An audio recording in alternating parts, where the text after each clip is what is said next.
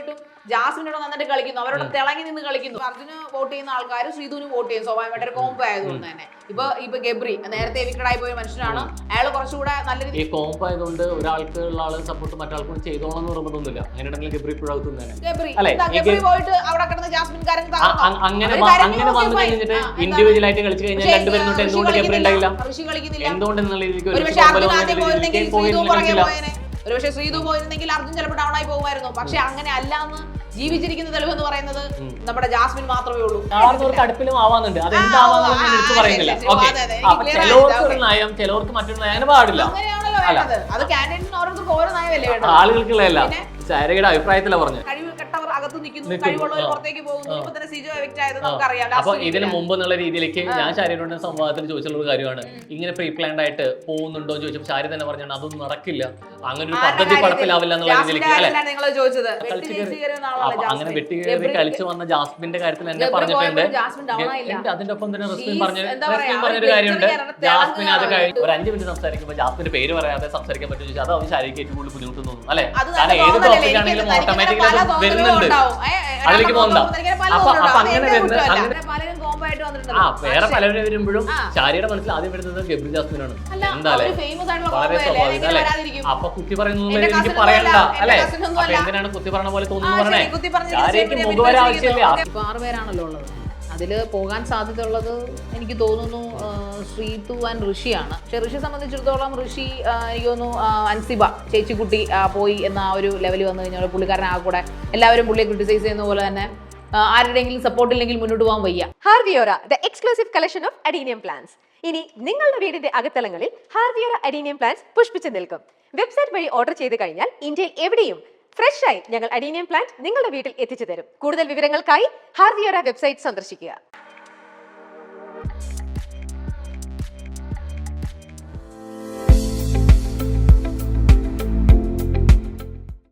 നമസ്കാരം. Mile stone makers presence ശനിദശയിലേക്ക് എല്ലാവർക്കും സ്വാഗതം. അങ്ങനെ അതിന്റെ ഫിനാലിലേക്ക് പോകുന്നു അല്ലെ, അവസാന ആഴ്ച അല്ലെ. അതിലൊരു മിഡ് വീക്ക് എവിക്ഷൻ അവരിലേക്ക് കാത്തിരിക്കുകയാണ്. ആരിനി ഇല്ല, അത് അവസാനത്തേക്ക് ഒരു എനിക്ക് തോന്നുന്നു മറ്റേ എവിക്ഷൻ പ്രക്രിയ പോലെയല്ല, ഒരു ഫൈനൽ ഡോറിലോട്ട് എത്തി നിൽക്കുകയാണ്. ആ സമയത്ത് പുറത്തു പോകാന്ന് പറഞ്ഞാല് അല്ലെ കുറേയേറെ വിഷമമുള്ള കാര്യമാണ്. ആര് പോവും? ഇപ്പൊ 6 പേരാണല്ലോ ഉള്ളത്. അതില് പോകാൻ സാധ്യതയുള്ളത് എനിക്ക് തോന്നുന്നു ശ്രീതു ആൻഡ് ഋഷിയാണ്. പക്ഷെ അതിൽ കൂടുതലും ശ്രീതു പോവാൻ സാധ്യത കുറവായിരിക്കും. കാരണം സാധ്യത എന്ന് വെച്ച് കഴിഞ്ഞാല് എവിടേക്കോ ഫിനാലിലേക്ക് നമ്മൾ മുൻ സീസണിലും കണ്ടതാണ് അല്ലെ, ഒരു ഫീമെയിൽ അല്ലെങ്കിൽ ഒരു സ്ത്രീ സാന്നിധ്യം എന്നുള്ള രീതിയിലേക്ക് 2 പേരെങ്കിലും ഉണ്ടാവാനുള്ള സാധ്യത നന്നായിട്ട് കാണുന്നുണ്ട്. ഇപ്പൊ കഴിഞ്ഞ സീസണിൽ നമ്മൾ കണ്ടതാണ് റനീഷ ഷോ കണ്ടു.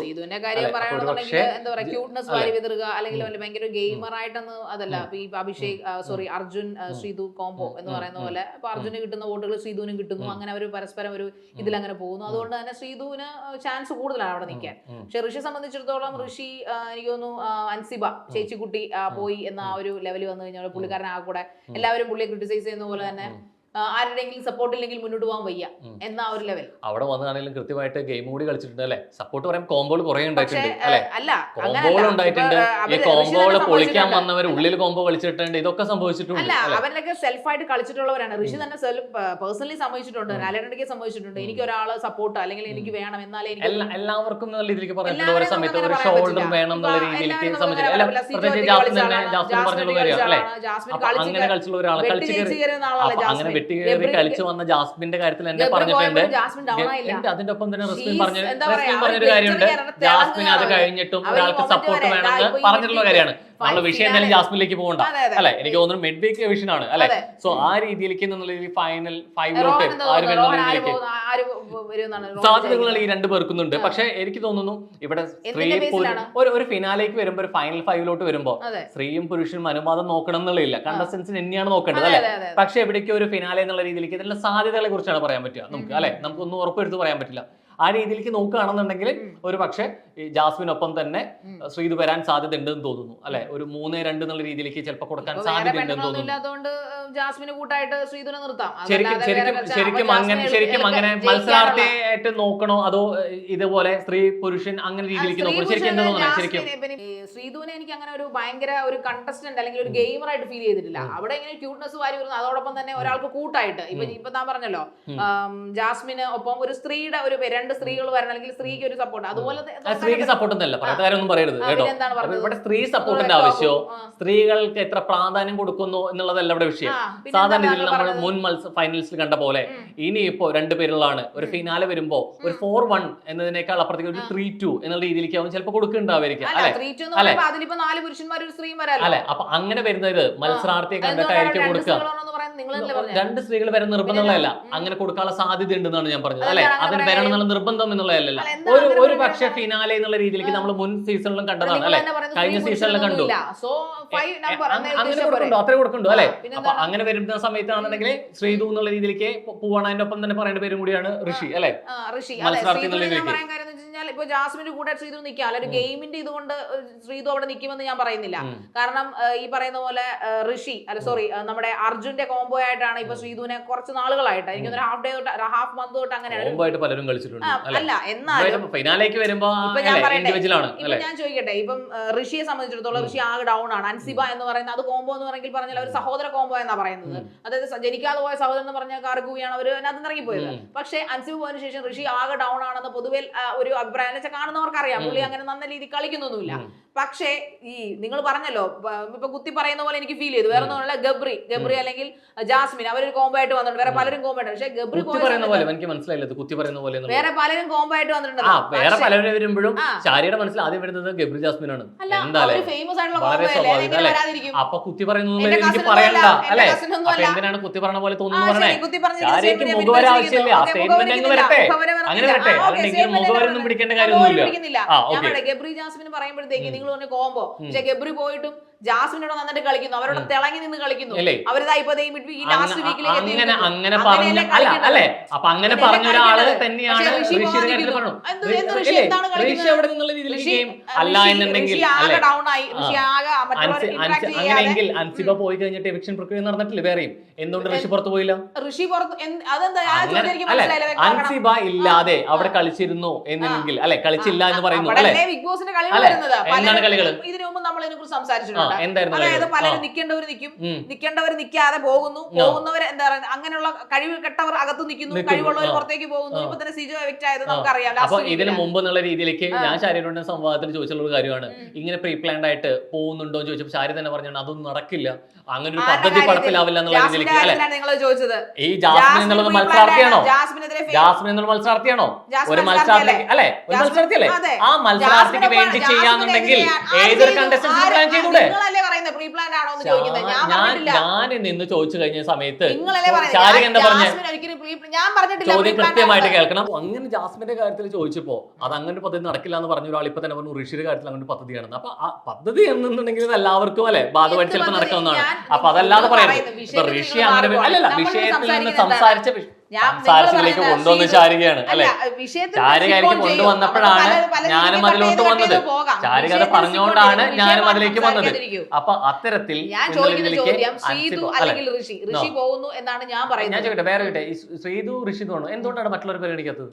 ശ്രീതും ഋഷിയാണ് ഗെയിമിൽ കുറച്ച് വീക്കായിട്ട് നിൽക്കുന്നത് എനിക്ക് പേഴ്സണലി തോന്നിയത്. അതിൽ ശ്രീതുവിന് പോകാൻ ചാൻസ് ഇല്ലെന്ന് ഞാൻ പറയാൻ കാരണം ഇവരുടെ ഈ കോംബോ. അതുപോലെ ഈ പറയുന്ന പോലെ ചിലപ്പോൾ ശ്രീതു നിർത്തും, ജാസ്മിൻ ഒരു കൂട്ടായിട്ട് താങ്കൾ പറഞ്ഞാല് ഞാൻ പറയുന്ന പോലെ ഇനി താങ്കൾ പറഞ്ഞൊന്നുമില്ല, അവരാരുടെ അഭിപ്രായങ്ങൾ പറയാം. ജാസ്മിൻ ചിലപ്പം കപ്പടിക്കാൻ ഒരു ഈസി വേ ആയിരിക്കുമെന്ന് എനിക്ക് തോന്നുന്നു. പിന്നെ ഋഷിയെ സംബന്ധിച്ചിടത്തോളം ഋഷിക്ക് പ്രയോഗം ഇപ്പൊ ശ്രീതു ഒരു സംസാരിക്കുന്നു, ആര് പുറത്താവുന്നു, ആര് ഫിനാലേക്ക് എന്നുള്ളതാണ് ചർച്ച പറയുമ്പോഴും അവിടെ അതിന്റെ ഒപ്പം ഉപ്പ് വിളമ്പാണ് ജാസ്മിൻ കപ്പെടുക്കാൻ വഴിയുന്നു. അങ്ങനെ വരുമ്പോ ബാക്കിയുള്ള കറികളെ കൂടി പരിഗണിക്കൂ, ബാക്കിയുള്ള കറികളെ കൂടി പരിഗണിക്കൂ അല്ലെ, ബാക്കിയുള്ള കറികൾ പരിഗണിക്കൂ. ഇവിടെ വരുന്നത് സമയത്തിലേക്ക് നിന്ന് ഇവിടെ ബാക്കിയുള്ള കറികൾ എന്നുള്ള രീതിക്കാക്കണം. കറി കഴിക്കണം എന്നുണ്ടെങ്കിൽ സദ്യയിൽ ചോറിടണം, ചോറ് കഴിഞ്ഞാൽ അല്ല ഉപ്പ് മാത്രം നിന്ന് ശാരിക കഴിക്കോ? ഉപ്പ് മാത്രം കഴിക്കോ ശാരിക? ഉപ്പ് കഴിച്ചു കഴിഞ്ഞാൽ എന്ത് ചെയ്യും? വെള്ളം കുടിക്കേണ്ടി വരും അല്ലെ. ശാരിക വെള്ളം കുടിക്കരുത്. അപ്പൊ വിഷയത്തിലേക്ക് വരും. അപ്പൊ കൃത്യമായിട്ട് അവിടെ വരുന്നത് മിഡ് എവിക്ഷനിൽ ആര് പുറത്തു പോകുന്നതാണ്. അതിനെക്കുറിച്ച് ഞാൻ പറയട്ടെ, ഏറ്റവും കൂടുതൽ ശാരികയ്ക്ക് ബുദ്ധിമുട്ടുള്ള കാര്യം എനിക്ക് തോന്നുന്നു ഒരു 5 മിനിറ്റ് സംസാരിക്കുമ്പോൾ ജാസ്മിന്റെ പേര് പറയാതെ സംസാരിക്കാൻ പറ്റുമെന്ന് ചോദിച്ചാൽ അത് അവന് ശാരികയ്ക്ക് ഏറ്റവും കൂടുതൽ ബുദ്ധിമുട്ട് തോന്നുന്നു അല്ലെ. കാരണം ഏത് ടോപ്പിക് ആണെങ്കിലും ഓട്ടോമാറ്റിക്കലി വരുന്നുണ്ട്. അതിലേക്ക് പോകുന്ന അപ്പൊ അങ്ങനെ വരുന്ന സമയത്ത് ഫിനാലിലേക്ക് വരുമ്പോ അല്ലെ ഒരു പക്ഷേ ഏറ്റവും കൂടുതൽ എന്നുള്ള രീതിയിലേക്ക് കുറെ പ്രയാസമുള്ള കാര്യം തന്നെയായിരിക്കും. പല വിഷയങ്ങളും നമ്മൾ പറഞ്ഞിട്ടുണ്ട്, അൺഫെയർ ആയിട്ടും ഒക്കെ സംഭവിച്ചിട്ടുണ്ടെന്ന് പറയുന്നു. ഈ പോയവരൊക്കെ തിരികെ ഹൗസിനകത്തേക്ക് എത്തിക്കൊണ്ടിരിക്കുകയാണ് അല്ലെ. അപ്പൊ അങ്ങനെ എത്തി നിൽക്കുന്ന അല്ലെ എല്ലാം എത്തി നിൽക്കുന്ന ഒരു മൊമെന്റ് കൂടിയാണ്. അപ്പൊ അങ്ങനെ വരുന്ന സമയത്ത് ലാസ്റ്റ് ഒരു മൊമെന്റില് നമ്മള് പറയുന്ന സാധനം കപ്പനും ചുണ്ടിനും ഇടയിൽ നിന്ന് പറയും ഒരു അവസാനത്തെ ഒരു പ്രതീക്ഷയിൽ നിന്ന് പുറത്തു പോകാന്ന് പറഞ്ഞാല് എങ്ങനെ പോയാലും ഒരു ഫൈനലിസ്റ്റ് ആവാന്നുള്ളത് എല്ലാവരുടെ ഒരു ഡ്രീമാണ്. കപ്പ് തന്നെയാണ് അതിനേക്കാൾ ഉപരിയെങ്കിലും ഒരു ഫിനാലയിൽ ഒരു സീസണിലെ ടോപ്പ് 5 വരാന്നുള്ളത് തന്നെയാണ്. അപ്പൊ അതിനിടയ്ക്ക് പോവാന്നുള്ളൊരു വിഷമമുള്ള കാര്യമാണ്. അപ്പൊ അതിനേക്കാൾ എനിക്ക് തോന്നുന്നു പല മുൻ എവിക്ഷനുകൾ നടക്കുന്നുണ്ടെങ്കിലും ഏറ്റവും ഉറ്റുനോക്കുന്ന ഒരു എവിക്ഷൻ അല്ലെ ഈ അവസാന വാതിലിന്റെ പടിവാതിലിൽ പുറത്തു പോകുന്നത് തന്നെയായിരിക്കും എന്നുള്ളത് തന്നെയാണ് ഒരു കാര്യത്തിൽ. തീർച്ചയായിട്ടും അത് തന്നെയാണ് ഒരു ക്രൂഷ്യൽ ആയിട്ടുള്ള എവിക്ഷൻ തന്നെ ആയിരിക്കും മിഡ്വീക്ക് എവിക്ഷൻ എന്ന് പറയുന്നത്. അതില് ഇപ്പൊ പറഞ്ഞ പോലെ ഋഷിക്കാണ് കൂടുതൽ പോസിബിലിറ്റി എന്റെ അഭിപ്രായത്തിൽ പുറത്തു പോകാൻ ചാൻസ് ഉള്ളത്. കാരണം എന്ന് വെച്ചാൽ ഞാൻ പറഞ്ഞ റീസൺ ഉണ്ട്. കാരണം ഒരു ഋഷിയെ സംബന്ധിച്ചിടത്തോളം എല്ലായ്പ്പോഴും ഒരു സപ്പോർട്ടോട് കൂടി കളിക്കുന്ന ഒരാളായിട്ട് പറഞ്ഞു. ഇപ്പൊ നിങ്ങൾ പറഞ്ഞ പോലെ പല കോംബോകളും നമ്മുടെ സീസൺ 6 ഉണ്ടായിട്ടുണ്ടെങ്കിലും അതെല്ലാം കൂട്ടുകെട്ടുകൾ പിരിഞ്ഞെങ്കിലും ഒറ്റയ്ക്ക് നിന്ന് കളിച്ചവരാണ്. ഇപ്പൊ അങ്ങനെയാണെന്നുണ്ടെങ്കിൽ ശ്രീധോക്ക് അർജുൻ കോംബോയിൽ നന്നായിട്ട് നിന്നായിരുന്ന ഒരാളാണ് അല്ലെ. അർജുൻ ശ്രീധോ കോംബോയിലാണ് ശ്രീധോന്റെ പേരിന് തുടക്കത്തിൽ സംസാരം കേട്ടിരുന്നത്. അല്ല ശ്രീധു എനിക്ക് നേരത്തെ വ്യക്തിയായിട്ട് തോന്നിയിട്ടുണ്ട്. ഗെയിം വെച്ച് നോക്കും പക്ഷേ ഗെയിമർ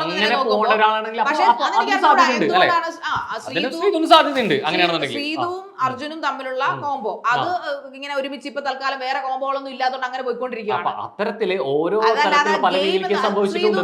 സപ്പോർട്ടീവ് ആയിട്ടാണ് എനിക്ക് എപ്പോഴും തോന്നിയിരിക്കുന്നത്. ഇപ്പൊ അർജുന് വോട്ട് ചെയ്യുന്ന ആൾക്കാർ ശ്രീധുവിന് വോട്ട് ചെയ്യും സ്വാഭാവികമായിട്ട് ഒരു കോംബോ ആയതുകൊണ്ട് തന്നെ. ഇപ്പൊ ഗബ്രി നേരത്തെ എവിക്റ്റഡ് ആയി പോയ മനുഷ്യനാണ്. അയാൾ കുറച്ചുകൂടെ നല്ല രീതി ഈ കോംബോ ആയതുകൊണ്ട് ഒരാൾക്ക് ഉള്ള ആള് സപ്പോർട്ട് മറ്റാൾക്കും ചെയ്തോളം എന്ന് നിർബന്ധമൊന്നുമില്ല. അങ്ങനെയാണെങ്കിൽ ഗബ്രി ഇപ്പോഴാകുന്നതന്നെ അല്ലെ. മനസ്സിലായില്ല. ഇപ്പൊ നേരത്തെ പറഞ്ഞു അർജുനും ശ്രീധു അങ്ങനെ കോംബോ നിൽക്കുമ്പോ രണ്ടുപേർക്കും ഒരേപോലെ വോട്ട് ചെയ്യും ഈ ഫാൻസ് രണ്ടുപേർക്കുള്ള ഫാൻസ് അല്ലെ. അപ്പൊ അങ്ങനെ വരുമ്പോ അതിന് നമുക്ക് പറയാൻ പറ്റില്ല, മുൻകൂട്ടി കൂടി പറയാൻ പറ്റില്ല. സോ അങ്ങനെ അങ്ങനെ കിട്ടുന്നുണ്ടെങ്കിൽ കിട്ടായിരുന്നു അല്ലെ. ഋഷിക്കും കൂടി കിട്ടായിരുന്നു, അതും കിട്ടിയിട്ടില്ല. അപ്പൊ നമുക്ക് ജനങ്ങളെ കോംബോ കളിച്ചുകൊണ്ട് വോട്ട് ചെയ്യുന്ന എന്നത് നമുക്ക് പറയാൻ പറ്റില്ല. നേരത്തെ പറഞ്ഞു അർജുൻ ശ്രീധു ആയതുകൊണ്ട് ഈ അൻസിബ എന്ന് പറഞ്ഞ വ്യക്തി നല്ലൊരു ഗെയിമർ ആയിരുന്നില്ല. പക്ഷെ ഇവർ എങ്ങനെയോ കുറെ നാൾ അതിനകത്ത് നിന്നു. അതിനുശേഷം ഇവർ തമ്മിൽ അവർക്ക് ആകെ കണക്ഷൻ ഉണ്ടായിരുന്ന ഒരു വ്യക്തി അവർ തന്നെ അത് പറഞ്ഞിട്ടുള്ള ഞാൻ പറഞ്ഞല്ല. പക്ഷെ എന്നാലും ചില പെക്യുലിയർ റിലേഷൻഷിപ്സ്, അതായത് വേറെ ആളോട് കണക്ഷൻ ഒന്നുമില്ല. ഈ പറയുന്ന പോലെ അൻസിബ ഋഷി അവർ തമ്മിൽ ഫ്രണ്ട്ഷിപ്പ് ആണെന്ന് വെച്ചാൽ അല്ല സഹോദരൻ.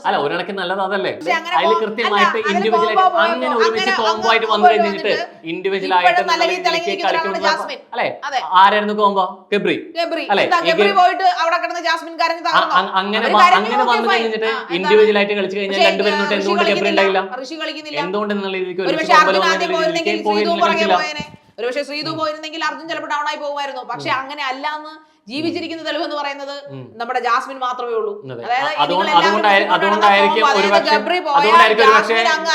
അതുകൊണ്ടായിരിക്കും ഒരുപക്ഷെ ജിൻഡോ തന്നെ പറഞ്ഞിട്ടുണ്ടാവും അല്ലെ ജാസ്മിനോട് ജാസ്മിൻ കാരണമാണ് ഗബ്രി പുറത്തു പോയെന്നുള്ളത്. ആരും കാരണം പുറത്ത് എങ്ങനെയാ പോകുന്നത്? അങ്ങനെ വരുന്ന സമയത്ത് കോംബോനെ കുറിച്ച് പറയാൻ പറ്റില്ല. അങ്ങനെ വരുമ്പോ കോംബോനെ കുറിച്ച് പറയാൻ പറ്റില്ല അല്ലെ. അവനവന്റെ ഇൻഡിവിജ്വാലിറ്റി വെച്ചിട്ട് കളിക്കണം, അങ്ങനെ പറയാൻ പറ്റുള്ളൂ. അത് ഒരാൾക്ക് ഒരു ന്യായം, മറ്റൊരാൾക്ക് വേറെ ന്യായം. അതെങ്ങനെ ശരിയാവാ? കാരണവർക്കൊക്കെ അടുപ്പിലാവാന്നോ? അങ്ങനെയല്ലോ അല്ലെ. അതുപോലെ മലയാളത്തില് വാക്ക് കേട്ടിട്ടില്ലേ? ചിലവർക്ക് മലയാളത്തിൽ അങ്ങനെ പ്രയോഗം കേട്ടിട്ടില്ല. കാരണവർക്ക് അടുപ്പിലും ആവാന്നുണ്ട്. അതെന്താവാന്നുള്ളത് ഞാൻ എടുത്തു പറയുന്നില്ല. അപ്പൊ ചിലവർക്ക് ഒരു നയം, ചിലവർക്ക് മറ്റൊരു നയം, അങ്ങനെ പാടില്ല. ആളുകൾക്കുള്ളതല്ല, ശാരികയുടെ അഭിപ്രായത്തില പറഞ്ഞു. അല്ല ഓരോരുത്തർക്കും ഒരു രീതി. ഞാൻ കറക്റ്റ് സ്ട്രൈറ്റ് പറയുമ്പോ ശാരിക മറുപടി ഇല്ല അല്ലെ. ശാരിക ഒന്നിലേക്ക് പോകുന്നതുകൊണ്ടാണ് ഞാനും അതിന് പോകുന്നത്.